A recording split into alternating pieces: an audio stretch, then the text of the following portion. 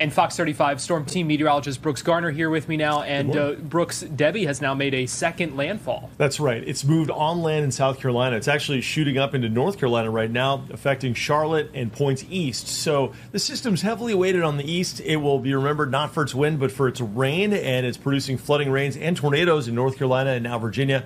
As it makes an exit, right now it's got winds at 50 miles an hour. And I say an exit. It'll be shooting off to the northeast, no longer landfalling, just dissipating. It will produce flooding all the way up the spine of the Appalachians, from the Poconos of Pennsylvania to the Adirondacks of New York, all the way up into the White Mountains of New Hampshire and Green Mountains of Vermont, before finally moving into the Canadian Maritimes and losing its tropical characteristics. The system super rainy and producing flooding just about wherever it's going.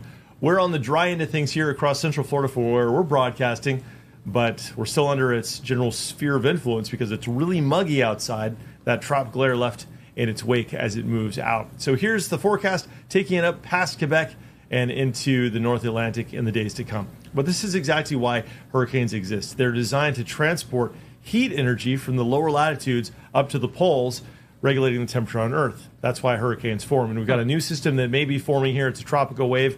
It's located in the middle of the Atlantic, and the National Hurricane Center says it's got a 30% chance to develop. The next name on the list would be Ernesto, and our computer models say not only will it develop, but it could become a tropical storm or a hurricane before next week is out. So we've got to watch it here in our neck of the woods around the date of, say, August 17th. This is going to be about, what are we at today? Again, this is the 8th. So, yeah, about 9-10 days from now. Here's a look at the European model, future winds. And as we put this in motion, you'll see, focus on the right-hand side of your screen. See it fading in there where it says potential future Ernesto? This would be a tropical depression trying to form maybe early next week and then ultimately either become a tropical storm or maybe even a hurricane as it moves toward Puerto Rico or the Turks, Caicos, and Bahamas. But it's too soon to say.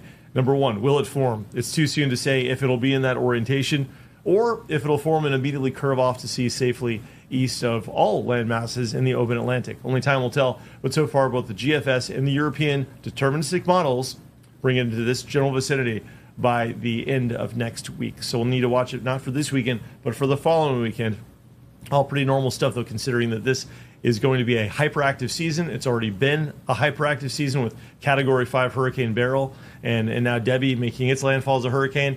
And we haven't even begun the climb. We're located right at the base of the mountain. September 10th is the peak of the season, Gary. We still have 80% of both the named storms to get through per the forecast, but also the seasonal activity and the total accumulated cyclone energy, which is like measuring kilotons with nukes.